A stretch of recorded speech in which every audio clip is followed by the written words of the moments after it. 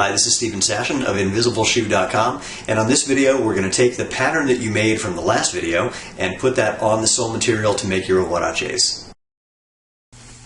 Okay, so we have our pattern that we cut out of our foot and whatever sole material you're using. Now there's a lot of different things you can use for sole material. Some people are just using carpeting and duct tape. Some people are using old tires.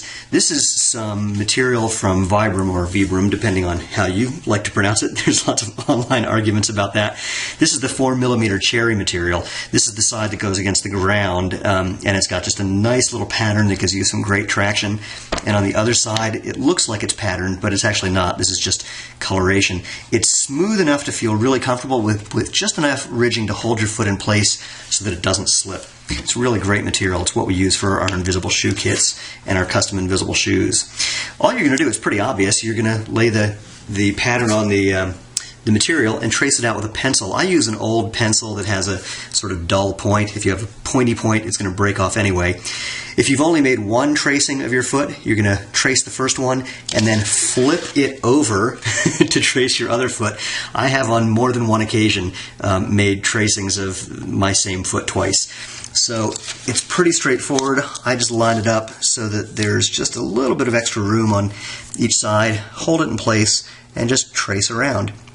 You can't see this on the video, but the pencil is making a mark that's just barely visible in this light. I know when I move, after I finish tracing, I can't seem to trace and talk at the same time. After I finish tracing and I hold this up in the right light, you can see the mark really, really easily for cutting it out, but it's not something that you need to, it's going to transfer ink to your foot, or anyway. So that one's done. You can't see it, and then I'm going to flip this over to make sure I'm doing my other foot, and then make another tracing of the other side. And once I've done that, we're ready to cut things out.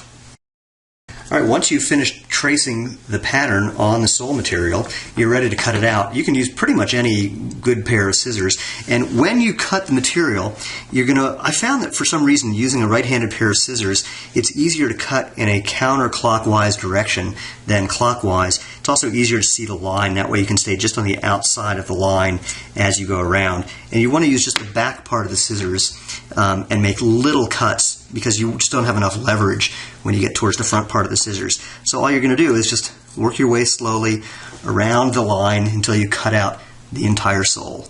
So I'll cut out the sole and then we'll be back for the next step.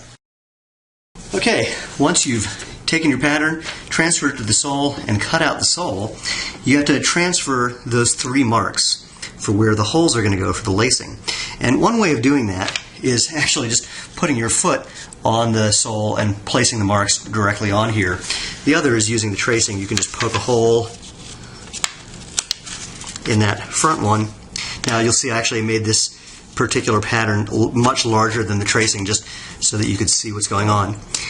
And you could just dig that right in there, and then at the level where you have those other marks,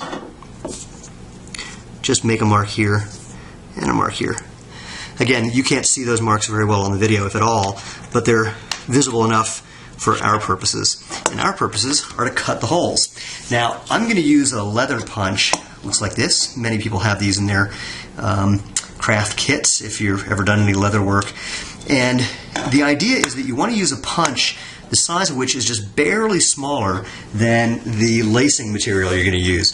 I use a 5/32 inch lacing material, so the hole that I'm punching is a 1/8 inch hole, 4/32 of an inch. And you're going to punch directly on the spot that you marked for the toe, and for the spots that you marked for the ankles, you just want to move in about 1/8 to 1/4 of an inch. It doesn't have to be exact. You just want to sort of get a spot that's in far enough so that when you do the lace, it's not going to be so thin right in here that it could rip through the material. That's not really a problem with this Vibram material. It's really, really sturdy. But again, you're just going to punch that hole towards the front, and what you might need to do for that is double up the material. Actually, sort of do it this way to get all the way in there. And then about 1/8 to 1/4 of an inch in from the 2 ankle holes. So I'm going to punch those and be right back. Okay, I've punched the holes. I don't know if you can see them. There's the toe holes and the ankle holes. Quick thing about the hole punching, I really recommend that you use a tool like this, or one of the punches that just looks like a I don't know what you call it, just looks like something you hammer in. And the reason that you want to use a tool and rather than just a knife or a nail is that if the holes that you make have any sort of edges, if they're not really clean, then the lacing material can rip right through them, and you don't want that. Which brings us to the next part, lacing. I mentioned before that I use a 5/32 inch polypropylene nylon lace. I use these in the invisible shoe kits and for the custom-made huaraches.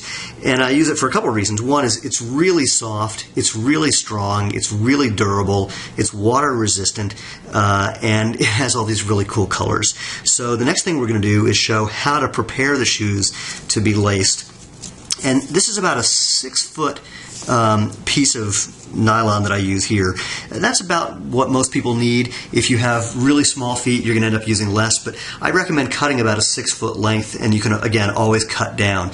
If you're a really large person, if you have really large feet, then you're going to want to go for something a little longer, maybe 6.5, maybe even 7 feet. So, the first thing I'm going to do is cut off this frayed end right there, and this frayed end right here. And the next thing is I'm just going to take a lighter and melt that down. Be careful you don't burn yourself when you do this. Make it a little pointy too if you can. And do the other end as well.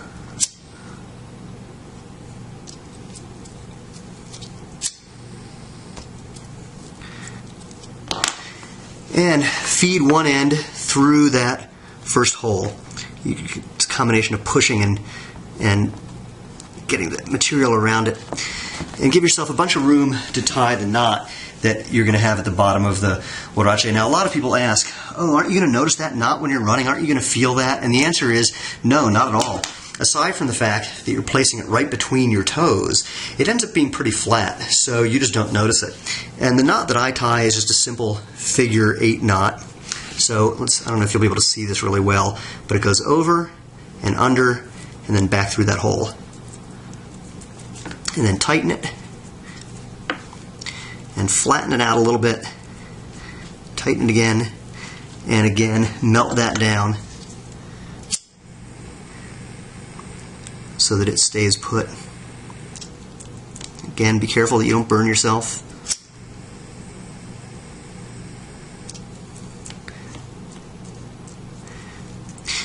If that knot eventually causes a problem, if it ends up coming undone, it's not a big deal. Just cut it off and make a new knot. And then pull that tight so that the knot is, this is tricky to see, but basically the string goes in, the knot is on top of the material. Flip it over, and then you're going to thread through the outside edge, and then just pull that through and loop it around. I'll do it this way. Loop it from the front towards the back, and then thread through the inside edge.